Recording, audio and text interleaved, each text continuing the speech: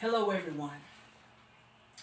I know we are all disheartened by the events or brawl that took place here in Ohio this past week and the trauma that one of the female victims incurred.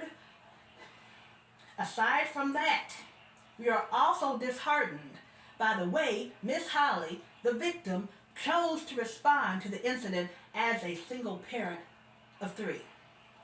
Miss Holly stated that she exited the bar at 3 in the morning to wait outside for her Uber ride.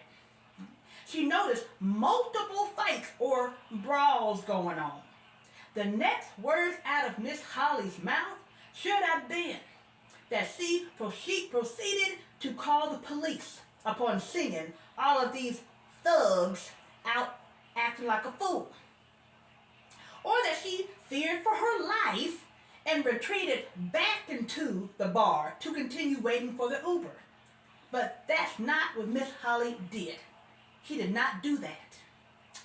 As a police officer, we get multiple calls a day from typically white citizens making complaints on black citizens, from anything such as a suspicious looking black person walking through an affluent neighborhood, or a black person giving them the side eye at the gas station, to a black person upset over being followed around and harassed at the grocery store. Yet, it is never the black person that's getting harassed that calls us, but the white person who's doing the harassment that makes the call. That being said, why didn't Miss Holly call the police instead of injecting herself into the chaos? Nor did she go to the hospital after she claimed she thought she was going to die and feared for her life. You cannot sleep off a concussion the way you sleep off alcohol, okay? Doesn't work the same way, okay? That buzz.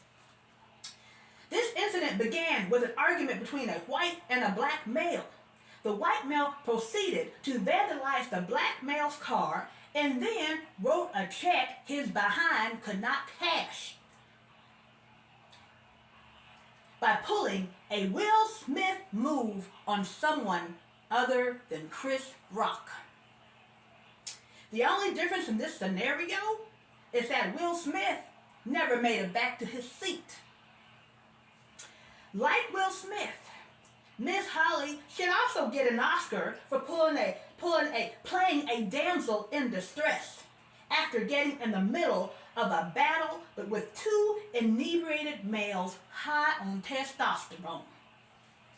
She then goes on to say that she thought she was going to die and hoped that her children knew how much she loved them.